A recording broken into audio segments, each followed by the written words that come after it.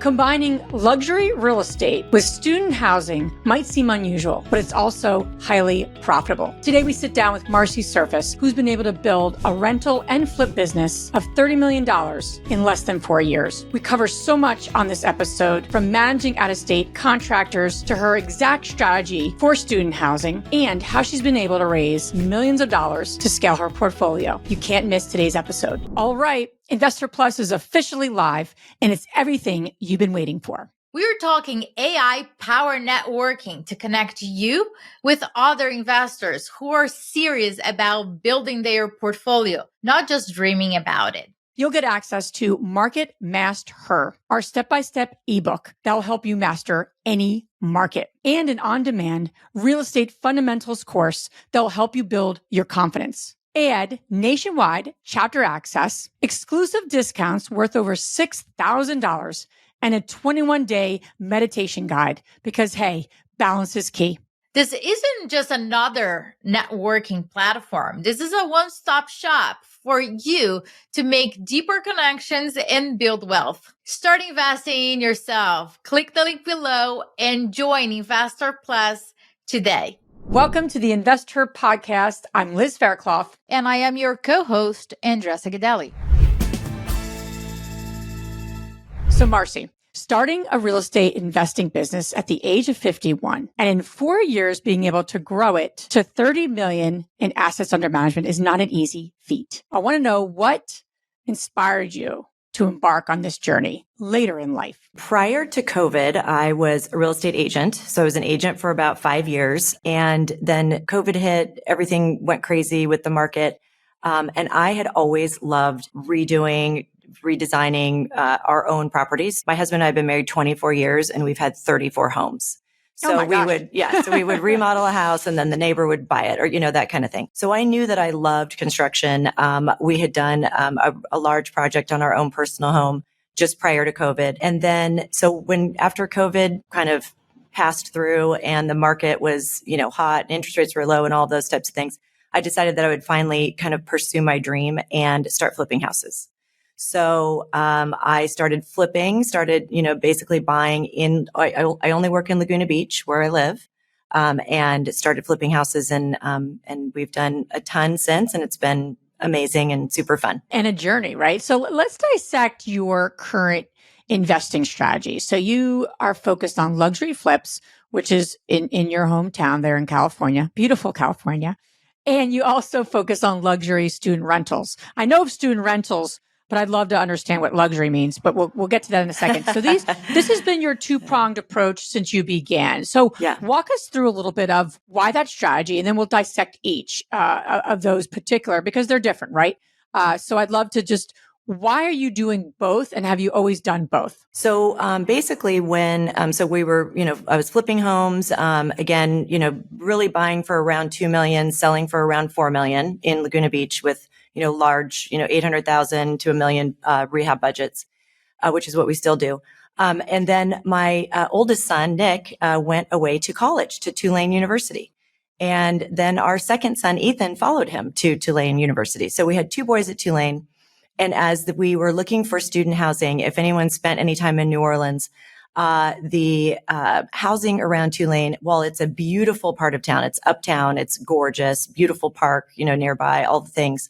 Beautiful, big, mansion style houses. A lot of them are very rundown, and there are some local landlords that own, in the dozens of these homes, and they really don't take very good care of them. So we've got broken windows, roaches, rodents, like all kinds of things. And so I actually said to my husband, I cannot leave my child here in one of the homes that they have just signed a lease for. Yeah, not going to happen. They're still your babies. They're still your babies. That's right. So I literally I was like, okay, it's time to start buying rentals. And I love I love remodeling historic homes. That's actually my forte in Laguna Beach. So I do a lot of historic work in Laguna Beach. So these big, beautiful, 150, 200-year-old homes are just like, my idea of a good time. And even though they're massive and they cost a lot more to remodel. And so we started, basically I went, one of my visits, I looked up best realtor near Tulane, and I called my agent who has become a good friend, Kay Randall's in New Orleans.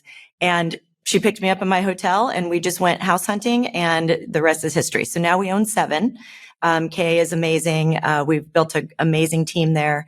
And we have, really established ourselves as the premier landlord at Tulane. So we've got 2-year wait lists, amazing kids, amazing parents, and all of that. So the reason that we do both strategies is because really flipping is what you do for income, right? For real income. If you really are going to do this on a full-time basis, flipping is where you make your money.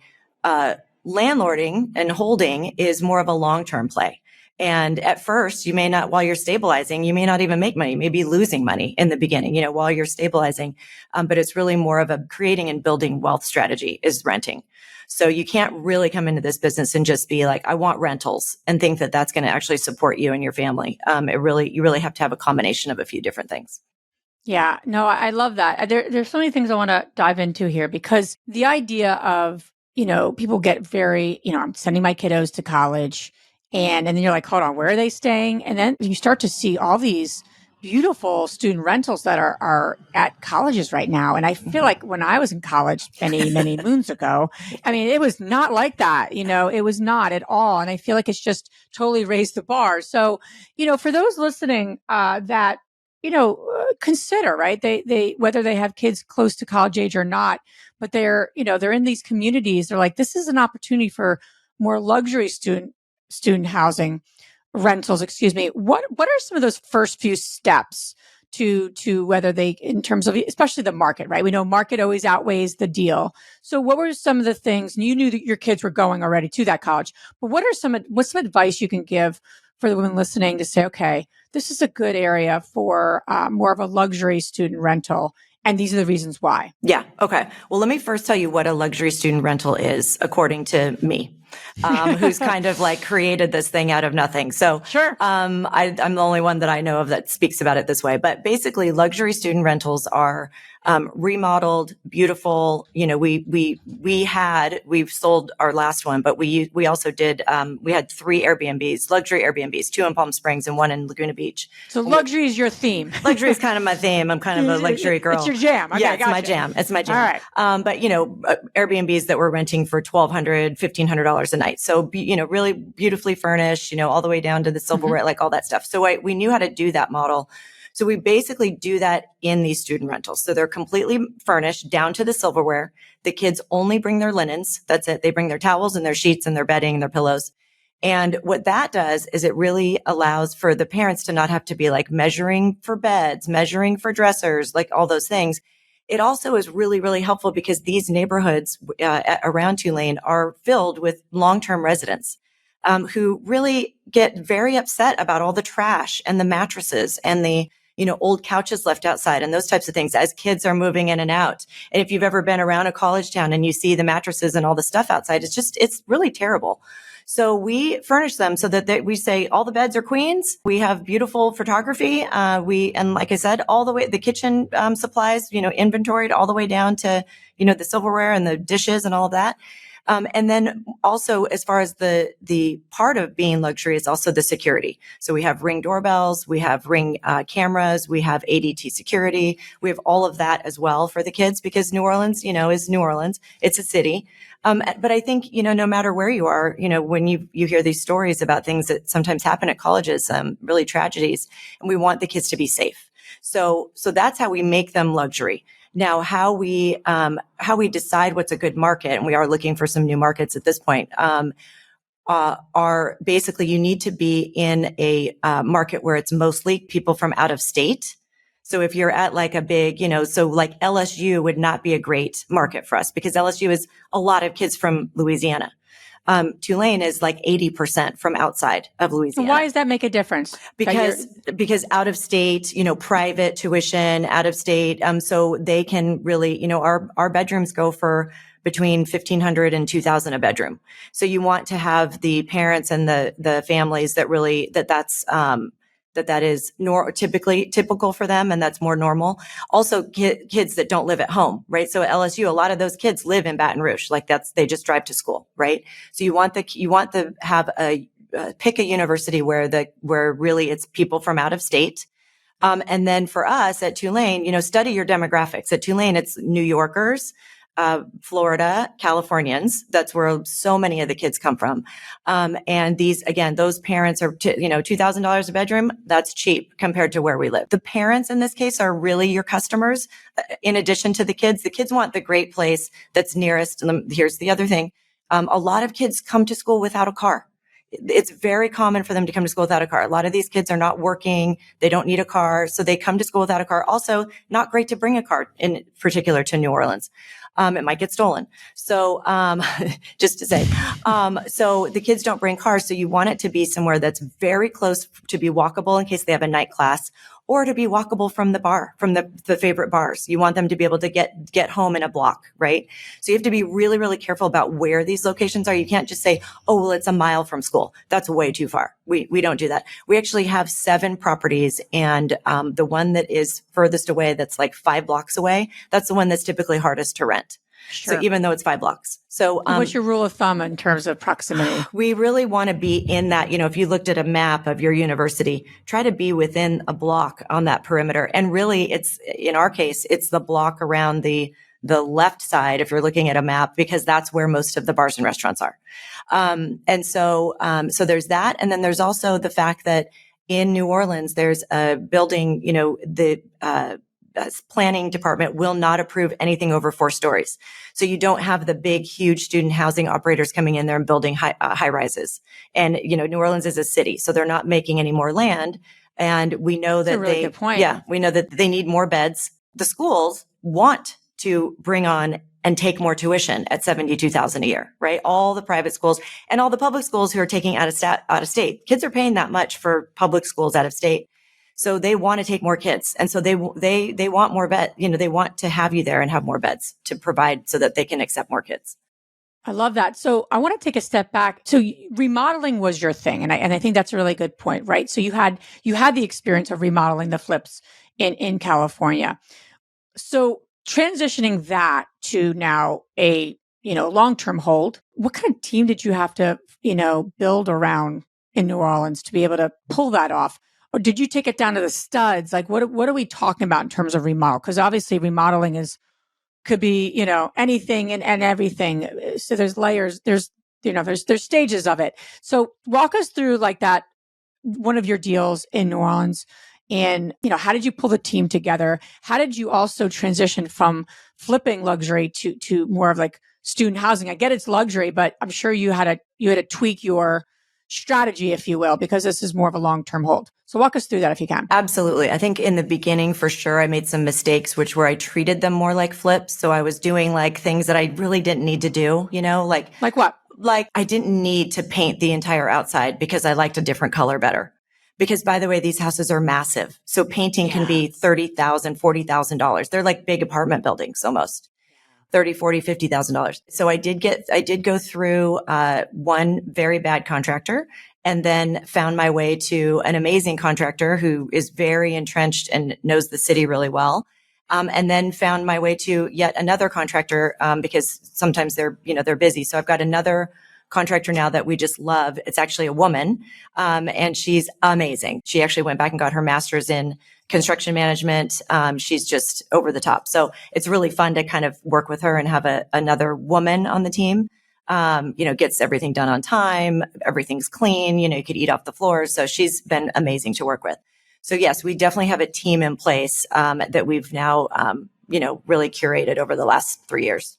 Walk me through what it means to have a bad contractor, because I think whenever it comes to redeveloping and remodeling, it is an investor's biggest fear, right? We want to mitigate risk. And that is, especially in older homes, your risk is going up, right? Quite honestly. So walk me through what made this particular contractor bad, and what did you learn that you did differently with that second and third? And I love that you're working with a woman now. Yes. Well, I will tell you, number one, we always need permits.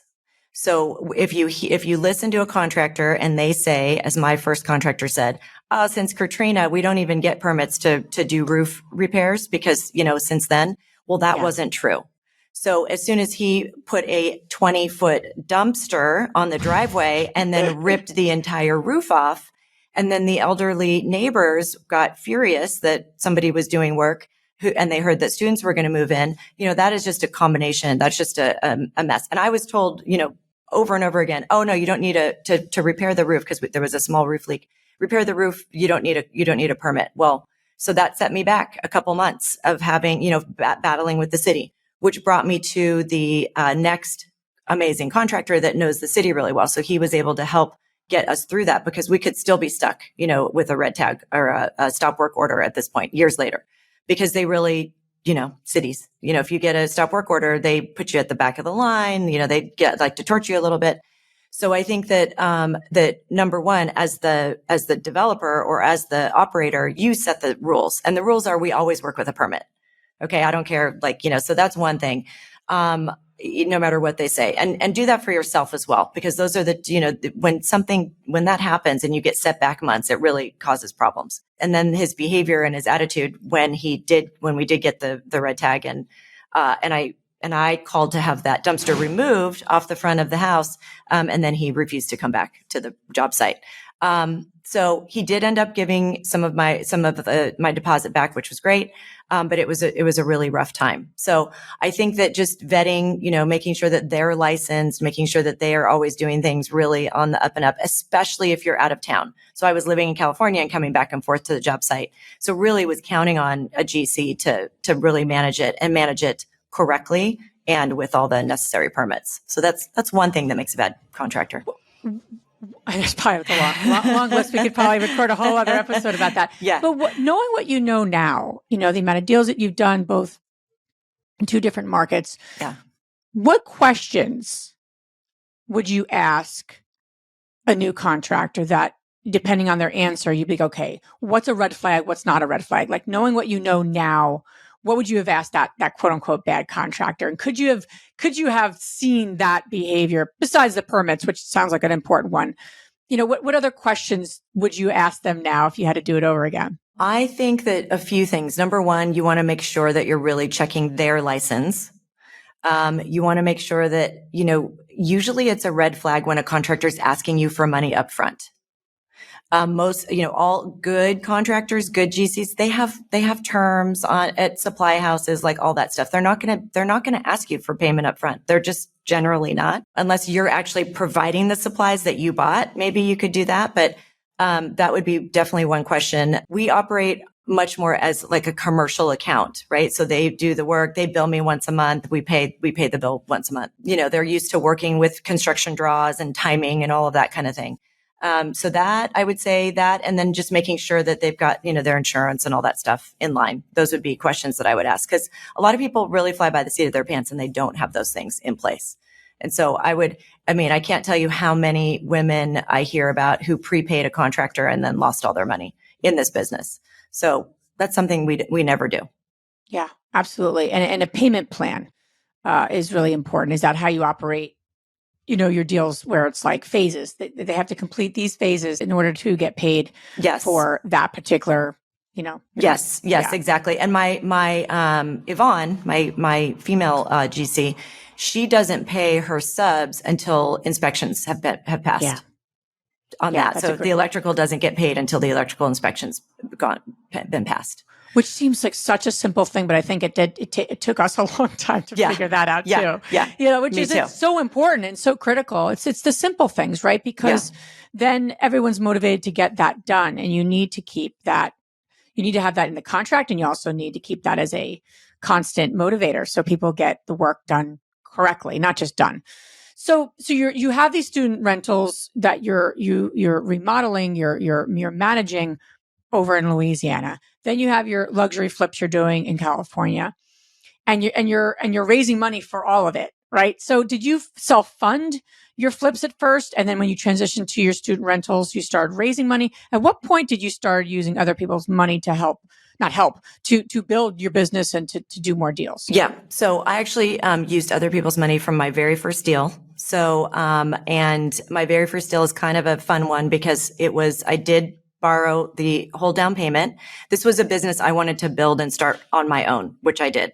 So one of a colleague of mine from my old office gave me my first down payment, And then within 6 months, I was able to refi that property and pull all the money out. And so that's basically how the business got started. So I've always used other people's money. In the beginning, I used to just do it with, what they call, PML or promissory notes, just loans. And I was doing a lot of that because I have to raise a lot of money for these deals. So I always bring the loan. So a hard money loan or whatever. I bring that. I personally guarantee it and all that. But I always need for me in this market, hundreds of thousands of dollars in cash to do these deals.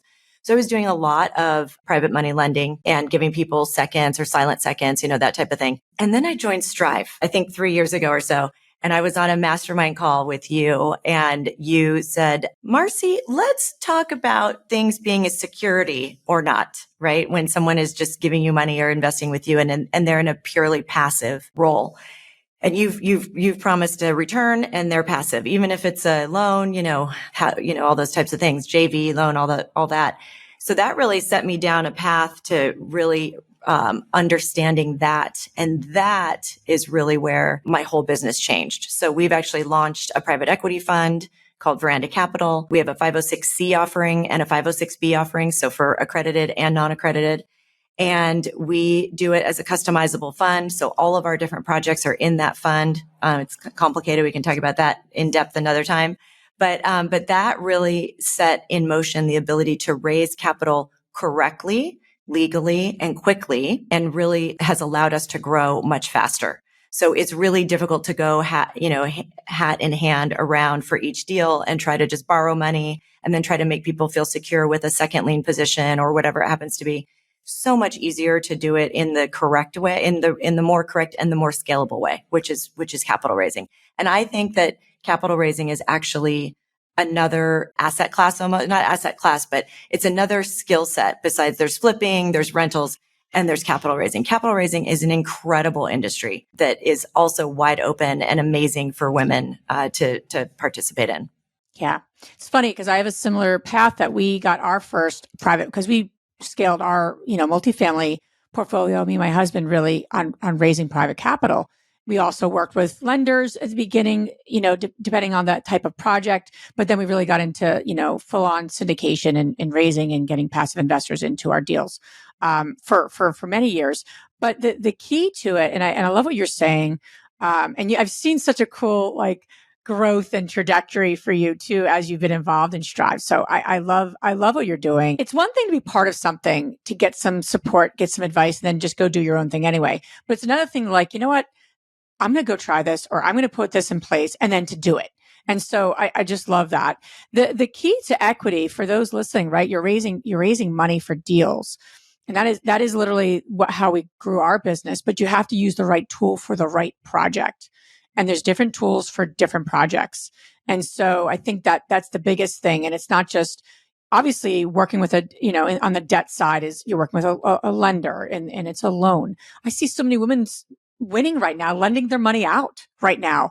And you have to obviously have the protections, and there's a whole litany of things to do. And then on the equity side, to your point, so many people are like, oh, me and my friends are going to go buy a property. They're not going to do anything, put money in, and I'm going to run it, and we're just going to be partners. Well, that's syndication, right? That's a security. That's you have to file that with the SEC. And so many people don't understand that. And so I love that you were able to do that. What have you learned now, having been involved in so many aspects of raising money? What have you learned that you wish you knew at the beginning?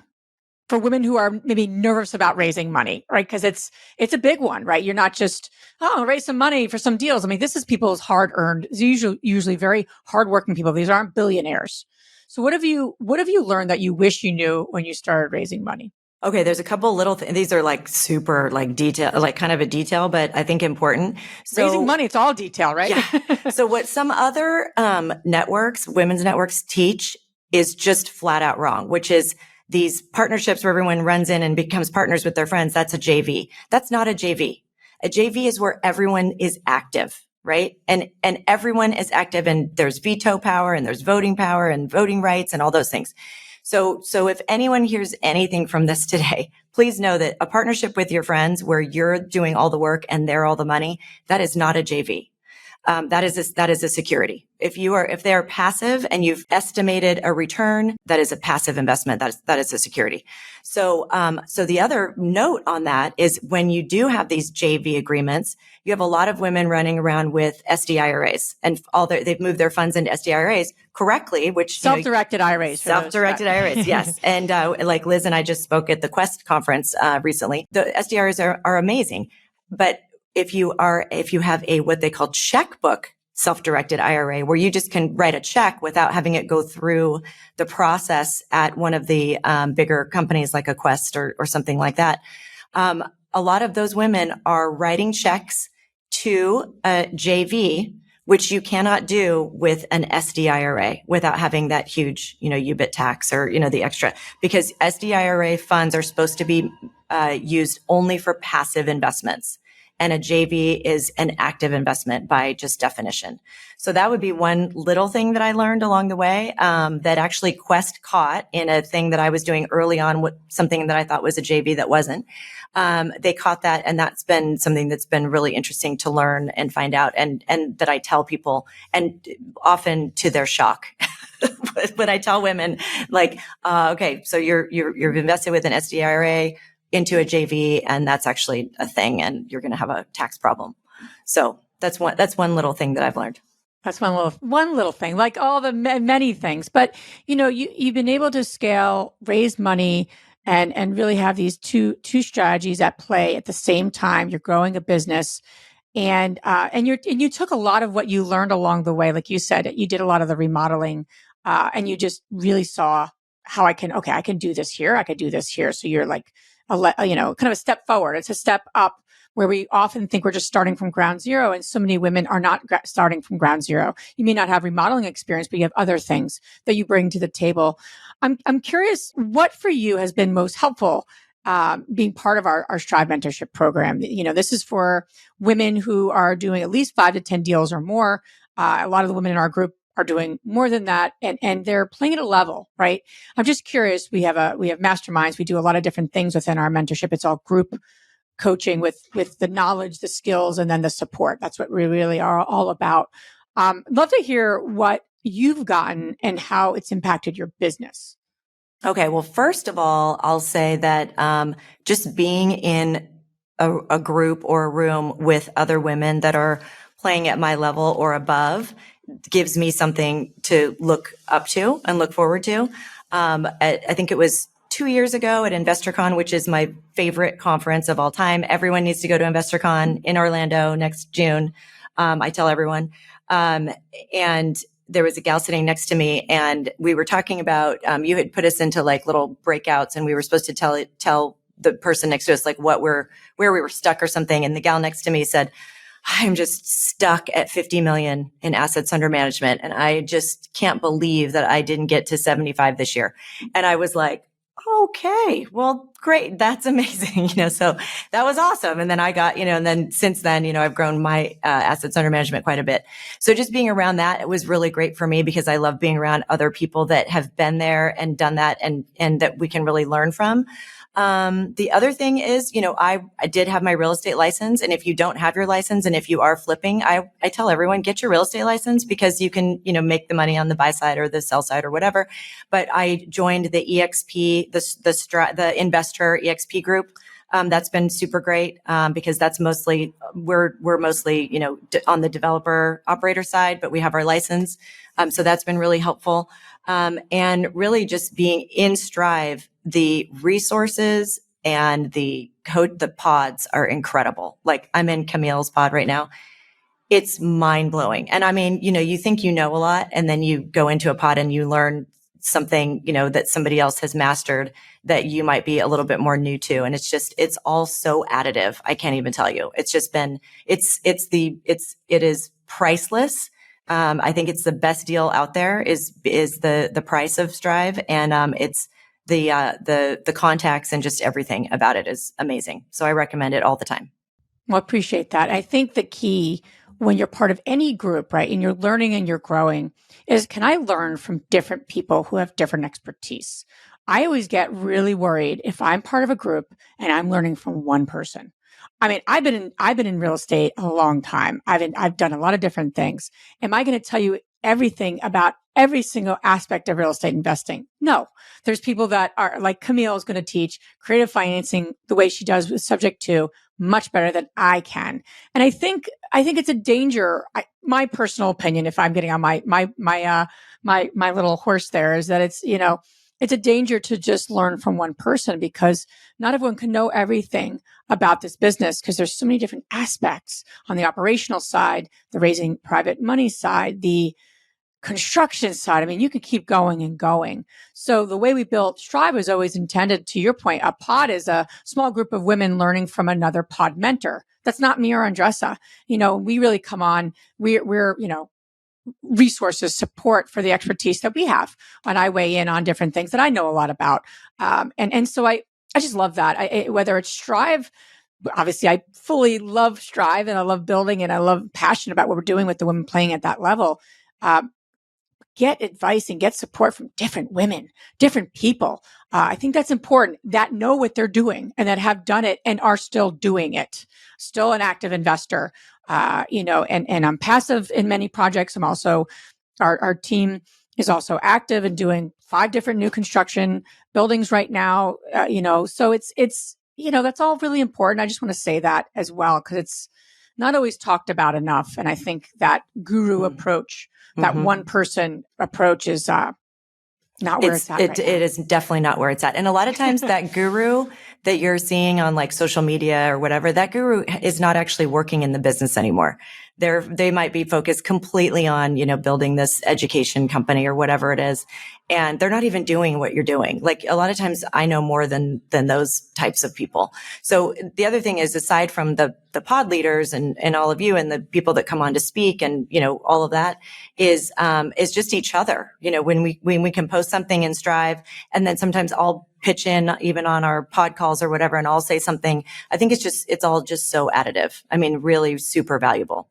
Yeah. And it's a giving and getting, right, Marci? And you have to keep growing and you have to give and you have to play in the arena, I always say. And it's ask for what you need, identify what you need and ask for what you need. And it's not just about strategic, tactical, but it's about who you are being, and taking care of yourself. So thank you for playing full out. We really appreciate you and value you so much in our Strive program. And I love what you're doing. And I think there's so many great nuggets that you shared here with everyone listening. So where can everyone listening learn more about you and follow you on your journey? Great. So Veranda Capital, so www.verandacapital.com is our website, that actually has a bunch of information about our various projects and properties. And then you can follow me, Marci Surfas. So MarciSurfas, Instagram, LinkedIn, all the things, Facebook, and then marcisurfas.com as well. So that's where to find me. Marci, thank you so much for being on today. Appreciate you so much. Thank you. Thanks for having me.